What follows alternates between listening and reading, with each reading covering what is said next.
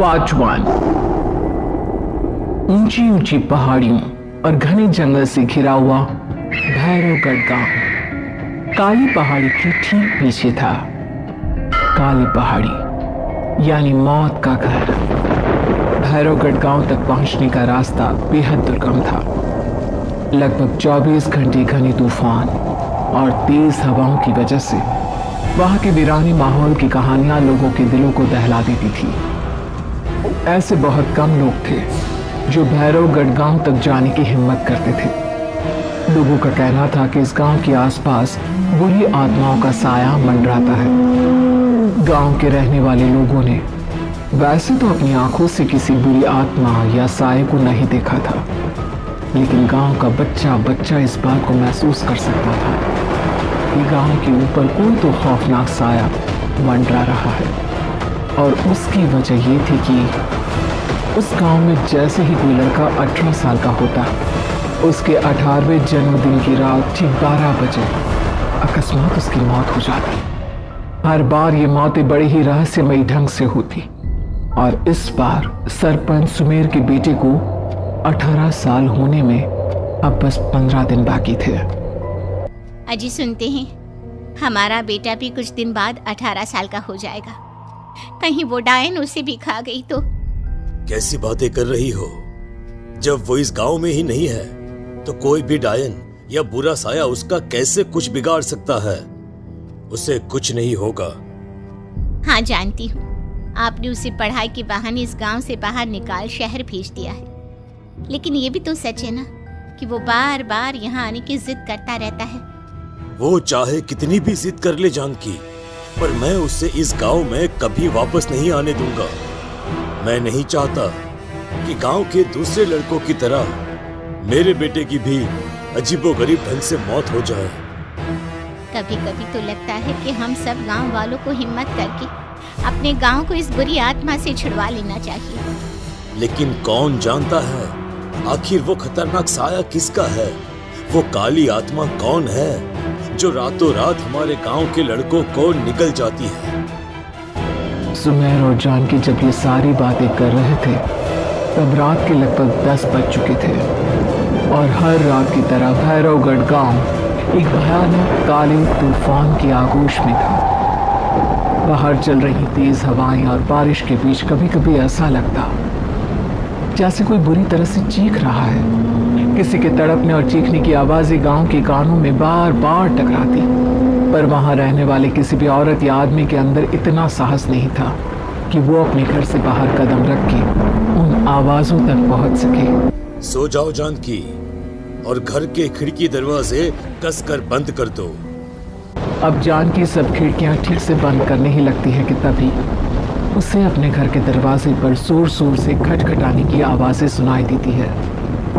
इन आवाजों को सुनकर जानकी और सुमेर के चेहरे डर से पीले और हाथ पैर ठंडे पड़ जाते हैं।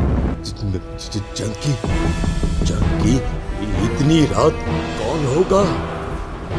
पता नहीं, ऐसा लग रहा है कोई बुरी तरह से दरवाजा खटखटा रहा है।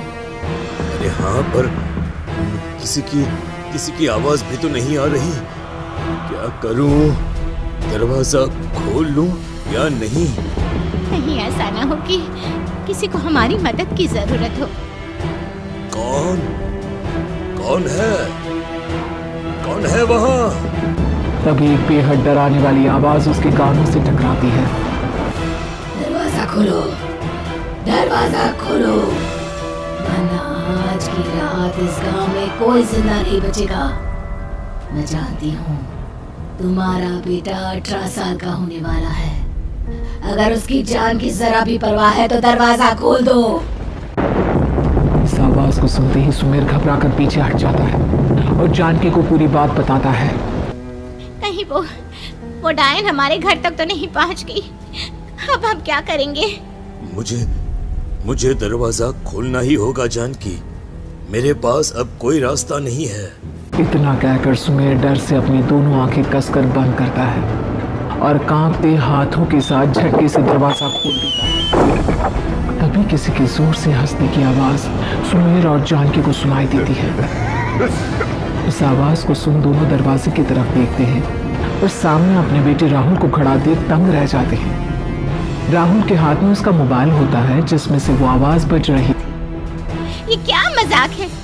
तू यहाँ, तुझे मना किया था ना गांव में आने को, समझ में नहीं आता क्या? 18 साल का होने वाला है तू। माँ, आप लोग भी पता नहीं किन अंधविश्वास भरी बातों पर भरोसा करते हैं। क्या मैं अपने घर नहीं आ सकता? आप लोगों से नहीं मिल सकता? देख बेटा, हमने तुझे किसी वजह से ही इस गांव से दूर रखा था और यहाँ आकर तूने अच्छा नहीं किया। चल चल चल, मैं तुझे अभी के अभी वापस शहर छोड़कर आता हूँ। ओफो पापा, आप बेकार की बातों से परेशान हो रहे हैं। बाहर इतना तेज अंधर तूफान चल रहा है, कहीं जाने की जरूरत नहीं है। मैं बस आप लोगों से मिलने आया हूँ, कुछ दिन रहकर चला जाऊंगा। दिमाग खराब हो गया है इस लड़के का, नहीं जानता कि इस गांव में ये सुरक्षित नहीं है। किसने कहा था तुझे यहाँ आने को? ये आवाजें सुन, बाहर से जो आवाजें आ रही है तुझे सुनाई नहीं देती क्या? अरे माँ, जब जोर से तूफान चलता है, तेज हवाएं चलती हैं, तो इसी तरह की आवाजें आती हैं। ये बहुत नॉर्मल है माँ। नॉर्मल होगी तेरे लिए बेटा। 4 दिन शहर में पढ़कर आया है तो अपने माँ बाप की बात नहीं मान सकता।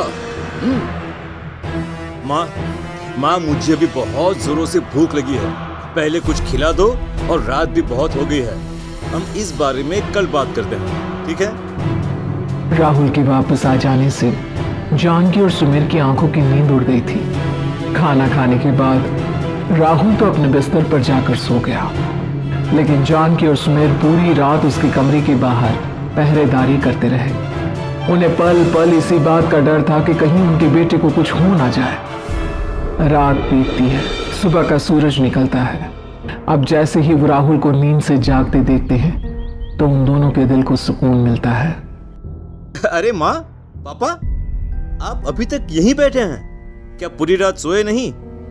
जिनकी जवान बेटी की जान को खतरा हो, उन माँ बाप को नींद नहीं आती बेटा। अब तो वापस शहर चला जा। देखो माँ, मैं किसी जरूरी काम से इस गांव में आया हूँ, और वो काम पूरा होने के बाद मैं खुद यहाँ से चला जाऊंगा। काम? गांव में तेरा क्या काम है? पापा, मैं बचपन से ही इस गांव के बारे में बेहद डरावने किस्से सुनते आया हूँ, इसीलिए अब मैं उन्हीं किस्सों के ऊपर डॉक्यूमेंट्री फिल्म बनाऊंगा। रिसर्च करना चाहता हूँ कि आखिर सच्चाई है क्या। हे भगवान, लो जी, सुन लिया, और भेजो इसे पढ़ने के लिए शहर। मैंने आपसे पहले ही कहा था, मेरी बहन के पास दूसरे गांव भेज दो। ना ये शहर जाता और ना उल जुलूल की बात इसके दिमाग में आती। जानकी और सुमेर राहुल को समझाने की बहुत कोशिश करते हैं, पर वो किसी की बात नहीं सुनता और अपना कैमरा लेकर गांव के पास वाली काली पहाड़ी की तरफ निकल जाता है। अब राहुल जैसे ही काली पहाड़ी पर पहुंचता है, उसकी नजर पहाड़ी के ठीक बीचों बीच बनी एक पुरानी झोपड़ी पर पड़ती है। यहाँ भी कोई रहता है क्या? यहाँ भी कोई रहता है क्या? ये इंटरेस्टिंग होगा। राहुल की आवाज पहाड़ों से टकराकर उसके कानों में सुनाई दे रही थी। उसने चारों तरफ का नजारा देखकर वहां की तस्वीरें अपने कैमरे में उतारना शुरू कर दिया। तभी अचानक राहुल ने अपने कैमरे में खींची हुई तस्वीर को जूम करके देखा, और उसमें उसे जो नजर आया वो देखकर राहुल की होश उड़ गए। क्या सचमुच उस गांव के ऊपर किसी बुरी आत्मा का साया था? क्या राहुल की जान बच पाएगी? क्या देखा था राहुल ने उस फोटो में जिसे देखकर वो दंग रह गया? इन सवालों के जवाब जानने के लिए देखिए इस कहानी का अगला भाग।